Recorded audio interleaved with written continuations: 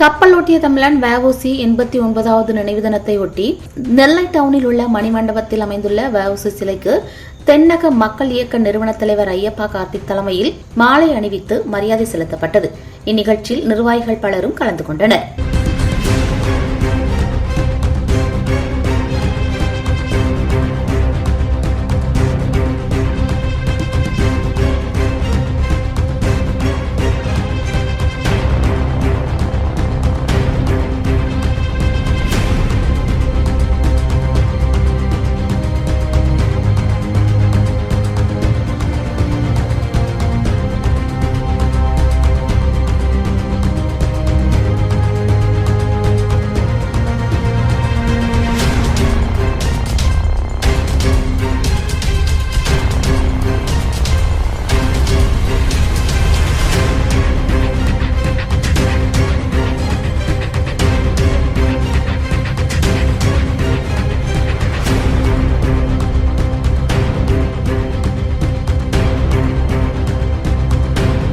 ஐயா வ.உ.சி அவர்களின் 89வது குரு பூஜையை நோக்கி தென்னக மக்கள் இயக்கம் சார்பாக வருடம் வருவோம். இந்த வருடமும் ஐயா மணிமண்டபத்துக்கு வந்து ஐயாவுக்கு மரியாதை செலுத்த வந்திருக்கிறோம். ஐயா வ.உ.சி மிகப்பெரிய சுதந்திர போராட்ட தியாகி. பல சரித்திர புத்தகங்களிலும் சரித்திரத்திலும் அவரது தியாகங்கள் வெளிக்கொண்டு வரப்படவில்லை. எங்கள் இயக்கத்தின் நோக்கம் வந்து ஐயா வ.உ.சியின் அந்த உழைப்பு நம்ம சுதந்திரத்துக்கு எவ்வளவு இருக்குதோ அதை வந்து நூல் வாயிலாகவும் மற்றபடி அடுத்த தலைமுறைக்கு கொண்டு சேர்க்க வேண்டியது எங்கள் இயக்கத்தின் நோக்கமாக வைத்திருக்கிறோம். அதன்படி எங்கள் மாவட்டத்தில், கன்னியாகுமரி மாவட்டத்தில் பேச்சு போட்டி பள்ளி மாணவர்களுக்கும் கல்லூரி மாணவர்களுக்கும் கடந்த 2-3 நாட்கள் பேச்சு போட்டி அப்படி நடத்தி பரிசுகள் வழங்கினோம். அப்படியே இளைஞர்கள் எல்லாம் ஒன்று திரண்டு சுமார் 200 பேரா இயக்கம் சார்பாக மரியாதை செலுத்த வந்திருக்கிறோம்.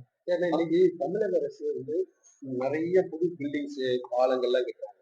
அதுக்கு சுதந்திர போராட்ட வீரர்களோட பேர்கள முன்னாடி வைப்பாங்க. இப்ப வைப்பதில்லை. அதுலயும் குறிப்பா நெல்லை, தூத்துக்குடி மாவட்டங்கள்ல கட்டக்கூடிய கட்டடங்களுக்கு வ.உ.சி பெயர் வந்து வைக்காம மறைக்கப்படுகிறது. இதை எப்படி இருக்காங்க? இந்த சுதந்திரம், இந்த நாடு உருவானதுக்கு காரணமே அந்த சுதந்திர போராட்ட தியாகிகள், விடுதலை போராட்ட தியாகிகள் தான். தலைவர்களின் இதை வந்து அரசு வந்து கண்டிப்பாக அங்கீகரிக்கணும்.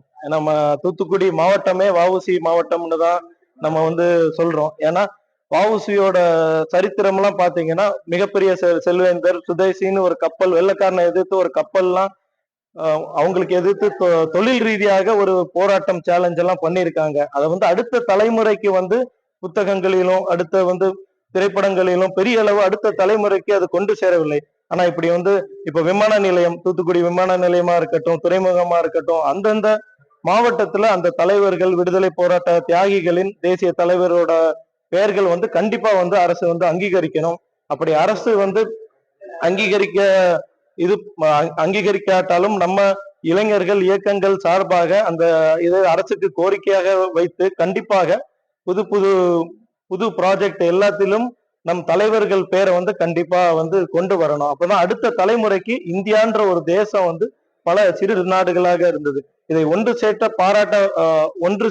சேர்க்க போராடியவர்கள்ல பல பேர் வந்து நேதாஜி சுபாஷ் சந்திர போஸ், பகத்சிங், அந்த வழியில நம்ம தமிழ்நாட்டிலே எடுத்துக்கிட்டீங்கன்னா வ.உ.சி ஐயா, இப்படி பல பேரோட சரித்திரம் மறைந்து இருக்கிறது. இதை வந்து நம்ம அடுத்து ஒரு மண்டபம், அடுத்து ஒரு ப்ராஜெக்ட், ஒரு விமான நிலையம், ரயில் நிலையம், ஹார்பர், இந்த மாதிரி சொல்லும் போதுதான் அடுத்த தலைமுறைக்கு வந்து இப்படி ஒரு தியாகிகள் வந்து இவ்வளவு தூரம் சுயநலம் இல்லாத பொதுநலம் கருதி வாழ்ந்திருக்காங்கன்றது அடுத்த தலைமுறைக்கு கொண்டு போய் சேர்க்கப்படும். நம்ம சமுதாயத்தை பாத்தீங்கன்னா சமுதாய மக்கள் எல்லாமே ரிசர்வேஷன் வாரியாக நல்லா பாதிக்கப்பட்டிருக்காங்க.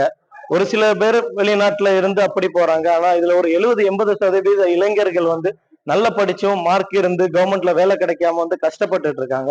அந்த கஷ்டங்கள் வந்து வெளியே வரதில்லை. ஏன்னா சமுதாய ஒற்றுமை வந்து இப்போதான் சில இளைஞர்கள் மத்தியில வந்து உருவெடுத்து வருது. அந்த ஒற்றுமை பெருசா வரும்போதுதான்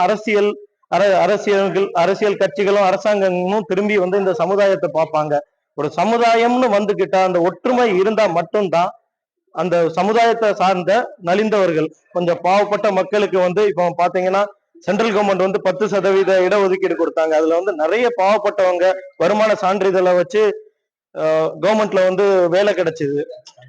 இது வந்து அரசாங்கத்துக்கு வந்து ஒரு ஒற்றுமையா இளைஞர்கள் மத்தியில வந்து ஒரு புரட்சி வந்து கோரிக்கையா வச்சு இதை வந்து கொண்டு வந்தா மட்டும்தான் அடுத்த தலைமுறை இப்ப நம்ம காலங்களுக்கு பிறகும் அடுத்த தலைமுறைகளுக்கு ஒரு அரசாங்க வேலையா இருக்கட்டும் இல்ல அரசு அங்கீகாரமா இருக்கட்டும் இல்ல நம்ம ஊருக்கே ஒரு ப்ராஜெக்ட் வரணும்னாலும் சமுதாய ஒற்றுமையை வந்து கண்டிப்பா கொண்டு வரணும். இதுல வந்து பாத்தீங்கன்னா ஆஹ் கொஞ்சம் சமுதாயங்கள் வந்து அரசு வந்து கண்டுக்கிறதே இல்லை. அது வந்து கண்டிப்பா இந்த ஒற்றுமை தமிழ்நாடு முழுக்க இருக்க எல்லா மாவட்டங்களும் ஒற்றுமையாக சேர்ந்து கண்டிப்பா மிகப்பெரிய சக்தியா உருவாகும். கூடிய சீக்கிரம் அடுத்த எலெக்ஷன்லயே வந்து சமுதாய ஒற்றுமை வந்து பெருசா வரும்.